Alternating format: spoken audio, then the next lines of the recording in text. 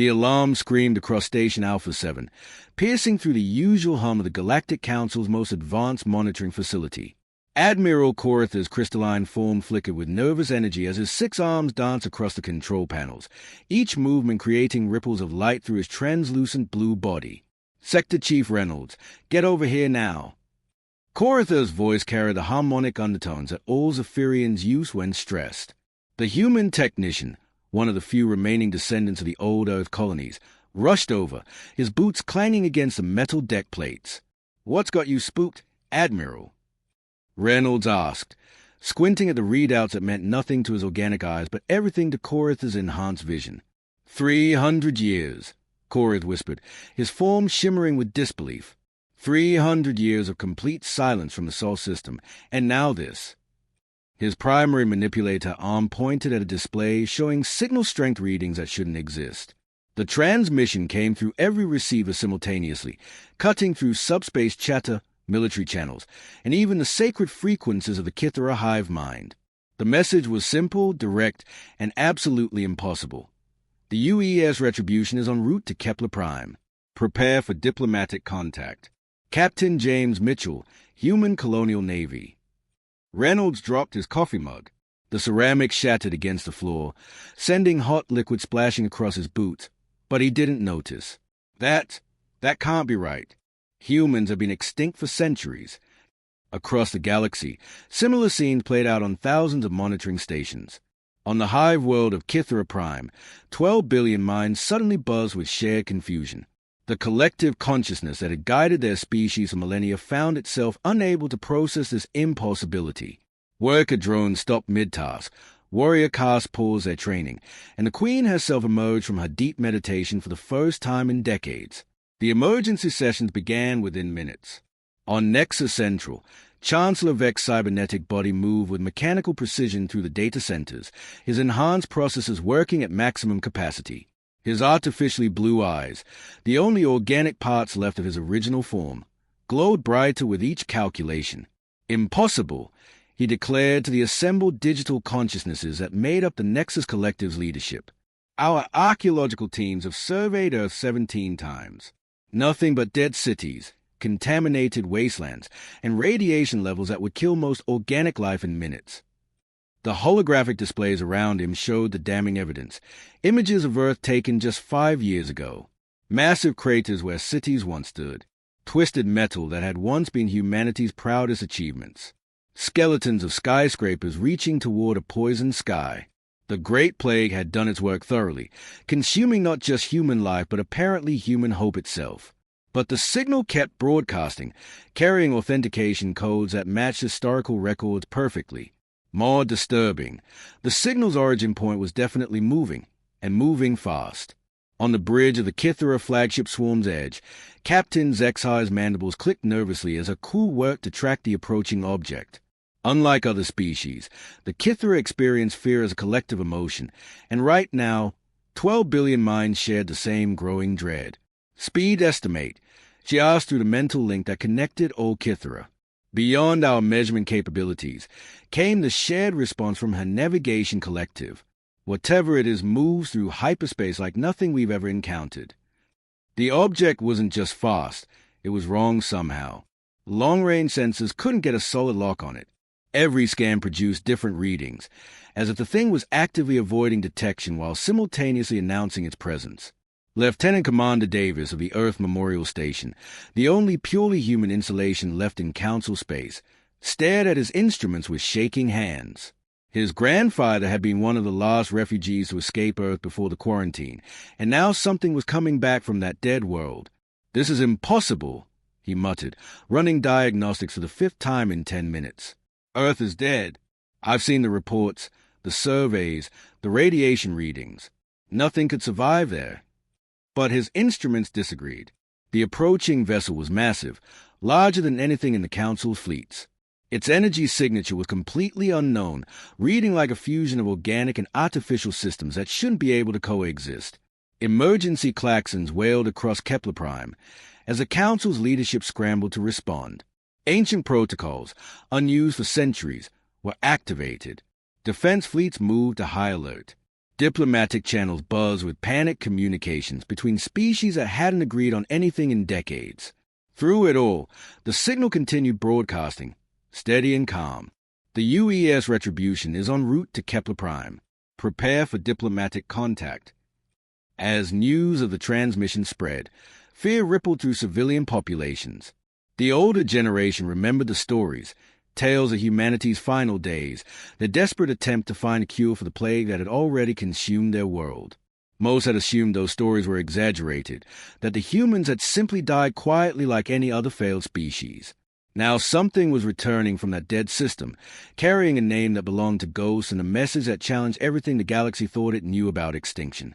In the deepest vaults of the Council archives, automated systems began retrieving files that hadn't been accessed in centuries, contingency plans for the impossible return of humanity. The galaxy held its breath as something vast and unknowable approached from the graveyard of Earth. The humans were coming home. Captain Rebecca Hayes pressed her palms against the smooth metal surface of a command chair, trying to stop the trembling that had started the moment her sensors first detected the approaching vessel. 23 years in the Council Defense Fleet, including 3 border wars and the Nexus Rebellion, and she'd never felt fear like this. Size estimate, she asked again, hoping her tactical officer would give her different numbers this time.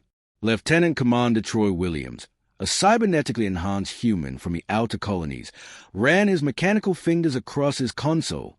His left eye, replaced with a scanning implant after the shuttle accident, whirred as it focused on the readings. Still showing 15 kilometers long. Captain. But the mass readings keep changing. 1 second it shows the density of a standard dreadnought. The next it's reading like it's made of compressed neutron star material. His voice carried the slight electronic distortion that all Nexus-enhanced humans developed over time. The UES Retribution hung in space before them like a living shadow. Its hull wasn't the clean lines and obvious construction joints that marked every other ship in the galaxy. Instead, it flowed like liquid metal frozen in motion, with curves that hurt to look at directly. The surface seemed to absorb light rather than reflect it, making the massive vessel appear as a hole cut out of the star field itself. "Captain," called out Zarathek, the Kithra navigator whose compound eyes could track multiple objects simultaneously. "The vessel's movement patterns are disturbing. It changes course without any visible thruster activation. No energy discharges, no gravitational disturbances. It simply decides to move in a different direction and does so." Rebecca nodded grimly. She'd been watching the same impossible maneuvers for the past hour. The Retribution moved through space with the grace of a hunting predator, each course correction flowing seamlessly into the next. No ship that size should be able to turn that smoothly, especially without any visible propulsion system. Communications, any response to our hails. Communications Officer David Park shook his head. "Nothing, Captain. They are not ignoring us. It's like they are listening but choosing not to respond.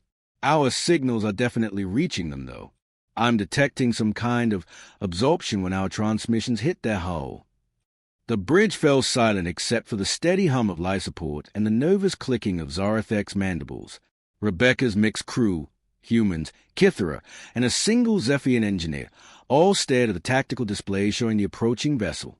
Suddenly, every screen on the bridge flickered simultaneously. "Incoming transmission," David announced, his voice cracking slightly. "Visual and audio.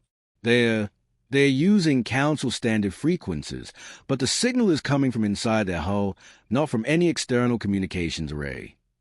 On screen, the view screen activated with perfect clarity, revealing the bridge of the alien vessel. But what Rebecca saw made her blood freeze. The bridge looked human, familiar design elements that matched historical archives from Earth's colonial period. But the details were wrong. The walls seemed to pulse with their own life, and conduits that looked more like blood vessels ran along the ceiling. At the center of it all stood a man in an unfamiliar uniform. He appeared completely human, brown hair that caught the strange light of his ship systems, blue eyes that seemed far too bright, and a face that could have belonged to any human from the historical archives. But something in his gaze made Rebecca's skin crawl. Those eyes held depths that spoke of experiences no human should have survived. "Captain Hayes," the man said, his voice carrying a resonance that seemed to echo inside his skull. "I'm Captain James Mitchell of the Retribution. We request safe passage to Kepler Prime for diplomatic discussions. Rebecca forced herself to maintain professional composure, even as every instinct screamed at her to run. Captain Mitchell, you're listed as deceased in our records. The human colony ship Exodus launched 3 centuries ago with a crew that included a Captain James Mitchell, but that man died when Earth fell to the plague. Mitchell's smile never wavered, but something shifted behind his eyes, a flicker of amusement, sadness. The same crew that serves aboard this vessel today, he interrupted gently. We've had an interesting journey, Captain. We look forward to sharing our experiences with the Council. That's impossible, Troy whispered from his station. No human lives that long. Even with the best life extension technology, 300 years is. Many things are possible when survival becomes the only priority, Mitchell replied, somehow hearing the comment despite the communication channel being one way. Your escort is appreciated, Captain Hayes, but please maintain a respectful distance. Rebecca was about to ask what he meant when Zarathek's alarm cry filled the bridge. Captain, the ships closing on the Retribution are reporting system failures. On the tactical display, 3 Council vessels that had moved within 2 kilometers of the mysterious ship suddenly went dark. Not destroyed. Their life support remained active. An emergency beacon showed all crew alive. But their weapons, engines, and primary systems had simply stopped. Medical emergency on the CNS Vigilant, David reported, his face pale. Their chief engineer tried to physically restart their main reactor. The moment he touched the control panel, he collapsed. He's alive but unconscious. Ship's doctors are reporting some kind of neural feedback. The failures were precise, surgical, and completely non-lethal.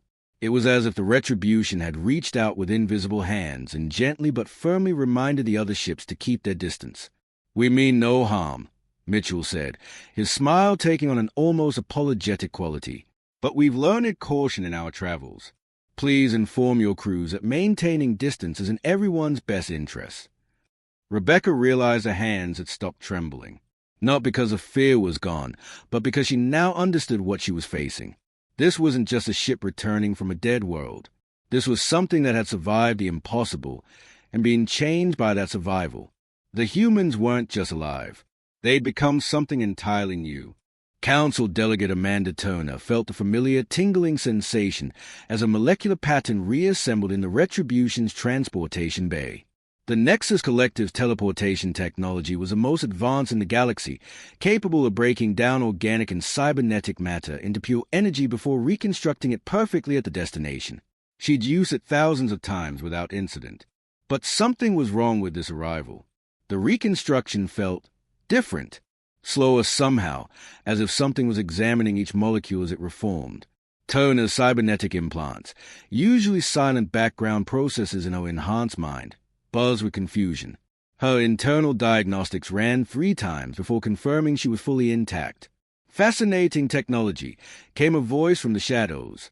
Captain Mitchell stepped forward, his footsteps making no sound on what looked like a metal floor but felt somehow soft underfoot. We've made some improvements to the standard Council transportation protocols. Nothing harmful, just more thorough. Turner looked around the bay and felt her breath catch. This wasn't a room that had been built. The walls curved in impossible ways, flowing like water frozen in motion. What appeared to be metal panels at first glance revealed themselves as something far more complex, surfaces that seemed to breathe, expanding and contracting in rhythm with some unseen heartbeat. The corridors weren't constructed, she whispered, running her hand along the nearest wall. The surface was warm, responding to her touch with a gentle pulse of bioluminescent light. They were grown. Very perceptive, Mitchell replied, his smile never quite reaching those unsettling eyes. Traditional shipbuilding seemed inadequate for our needs. We found more organic solutions to be far superior. As they walked deeper into the ship, Turner noticed the crew members moving through the passages. They looked human, completely, undeniably human, but something was fundamentally different. They moved with perfect coordination, never bumping into each other, never needing to communicate verbally. When one crew member needed to pass another in the narrow corridors, they seemed to know in advance, stepping aside before any collision could occur. "Welcome aboard, Delegate Turner," Captain Mitchell said formally as they entered what appeared to be a central corridor. "I trust your journey was comfortable."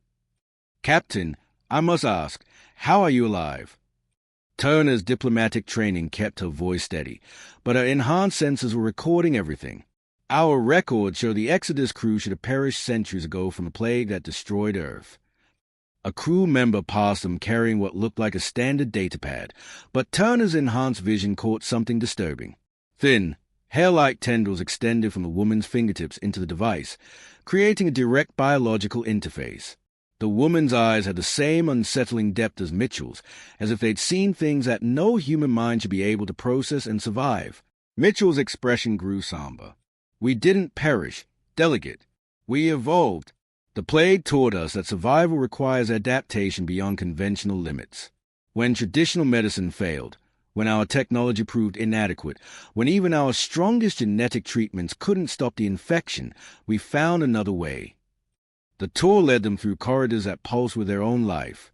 The air itself seemed to move with purpose, carrying scents that reminded Turner of growing things, of forests and rain. But underneath lay something else, something that made her primitive hindbrain whisper warnings about predators and dark places. They passed a maintenance area where crew members worked on what should have been standard ship systems. Instead, Turner watched in fascination as a young man. He couldn't have been older than 25, though that was impossible given the timeline, pressed his palm against a damaged power conduit. Tendrils of what looked like living wire extended from his hand, weaving themselves into the ship systems and repairing the damage from the inside. "How is this possible?" she breathed. "The plague forced us to merge with our technology," Mitchell explained calmly. "Not like the Nexus Collective's crude mechanical augmentations, but true symbiosis. We became one with our ship, our tools, our environment. The boundary between organic and artificial became irrelevant." When they reached the bridge, Turner gasped audibly at what she saw. The command center looked like the inside of some vast organism. Crew members sat at stations that appeared to grow from the floor itself, their hands and sometimes entire arms disappearing into biological interfaces that connected them directly to the ship systems. At the tactical station, Lieutenant Thomas Reed, another impossibly young face that should have belonged to a man centuries dead, looked up from his console. Turner could see the faint outline of neural pathways glowing beneath the skin of his temples. "Captain," Reed said, his voice carrying the same odd resonance as Mitchell's. "The Council's defense grid is trying to achieve a targeting lock on us. Kepler Defense Platform 7 has armed its primary particle cannons." Turner's blood ran cold. The defense platforms around Kepler Prime were massive structures, each one capable of destroying entire fleets. If they were targeting the Retribution, "Show them why that's inadvisable, Lieutenant," Mitchell said quietly. Reed's hands didn't move to any controls. Instead, he closed his eyes and Turner watched in horror as the biological connections between him and his station began to glow brighter. The ship itself seemed to respond, and through the organic viewing port that served as their main screen, she could see something reaching out from the Retribution. It wasn't visible light or energy beams or anything her senses could identify, but the effect was immediate and terrifying. Defense Platform 7, a structure the size of a small moon, simply went dark. Its massive weapons powered down, its shields collapsed, and its running lights flickered out one by one. "Status report," Mitchell requested calmly.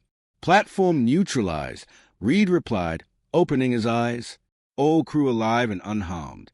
Systems will restore themselves in approximately 6 hours. No permanent damage." Turner stared at the dead platform, her enhanced mind racing through the implications. The Retribution had reached across space and casually disabled one of the most powerful defensive structures in Council space without firing a single shot, without even targeting it in any conventional sense. "We didn't come to conquer," Mitchell said quietly, watching her process what she'd witnessed. "But we won't be threatened either. The galaxy has forgotten what humanity was capable of when we were merely human. Now we become something more, and the rules have changed." Turner realized she was looking at the future of warfare, a form of combat that made every weapon in the Council's arsenal obsolete. The humans hadn't just survived their extinction. They transcended it, and now they held power beyond anything the galaxy had ever seen.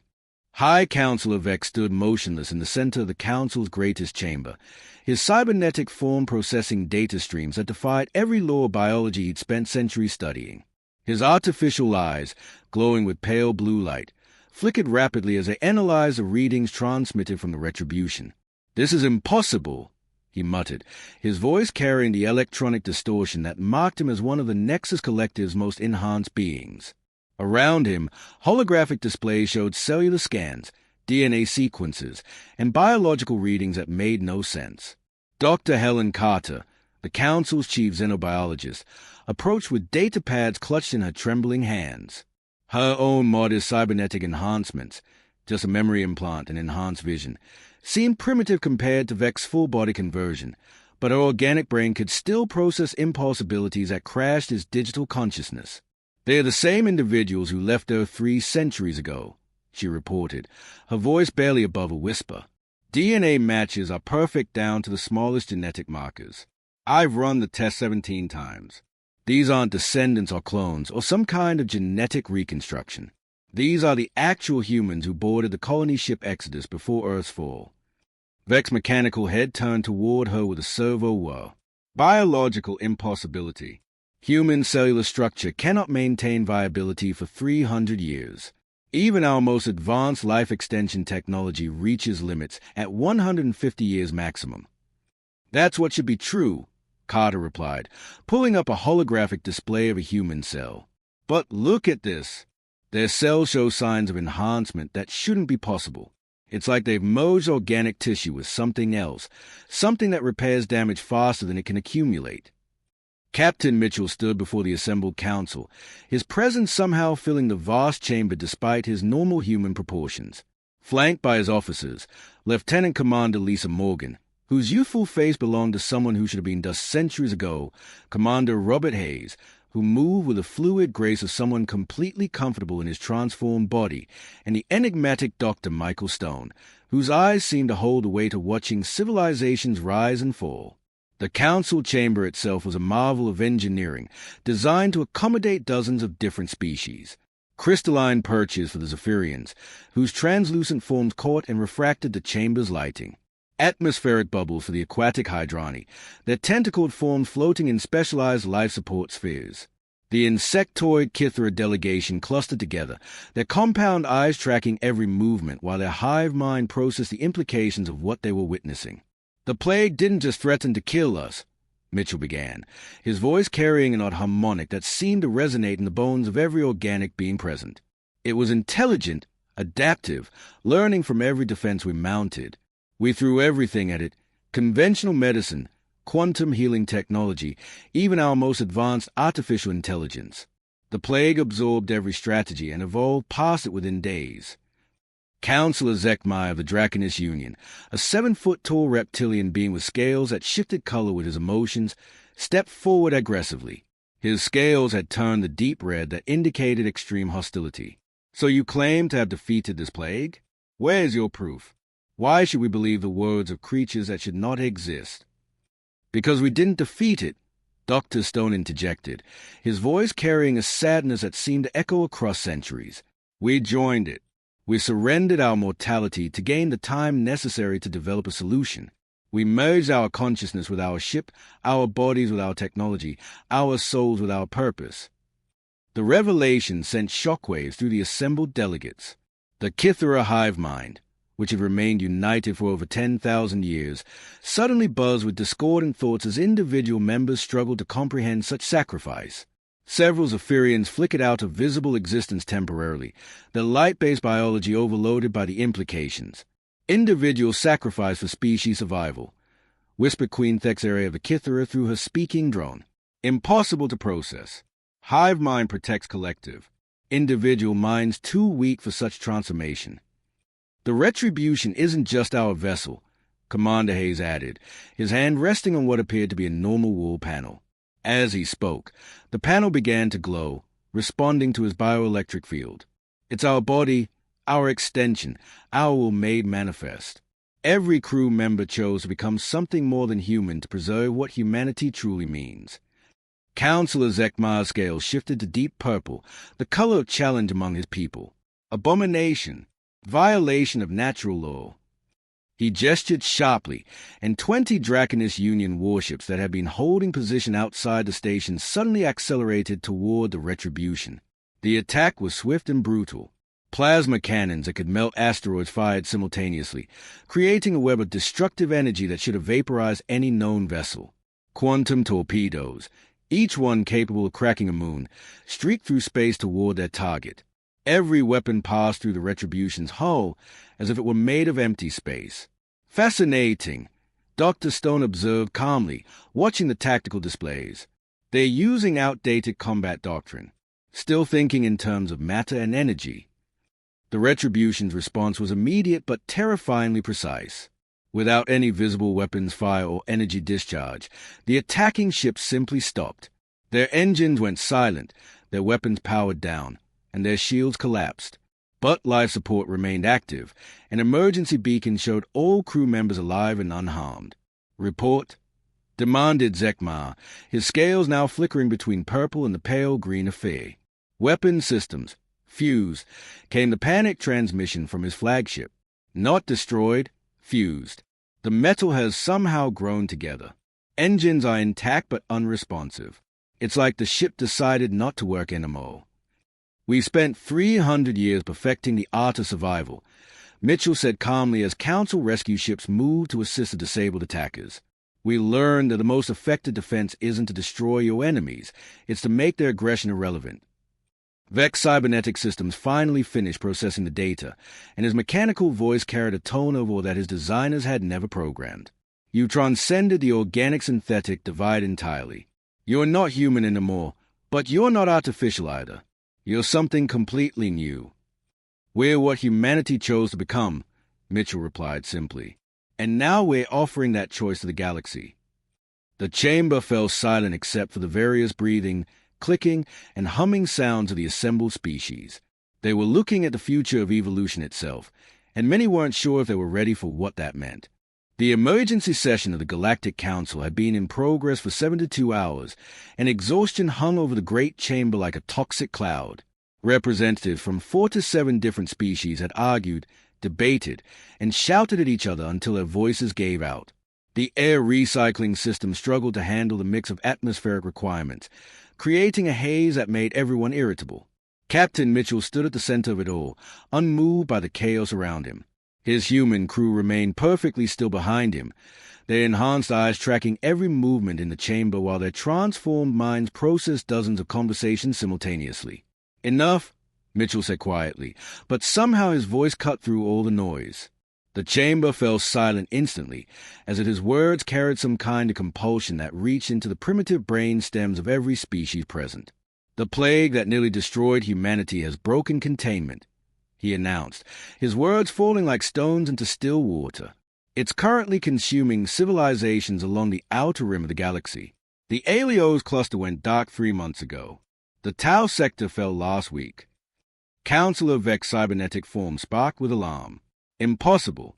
The outer rim is quarantined. Nothing gets in or out without council approval." Dr. Stone stepped forward and activated a holographic display that filled the center of the chamber. The 3-dimensional map showed the galaxy's spiral arms, with normal systems glowing in soft blue light.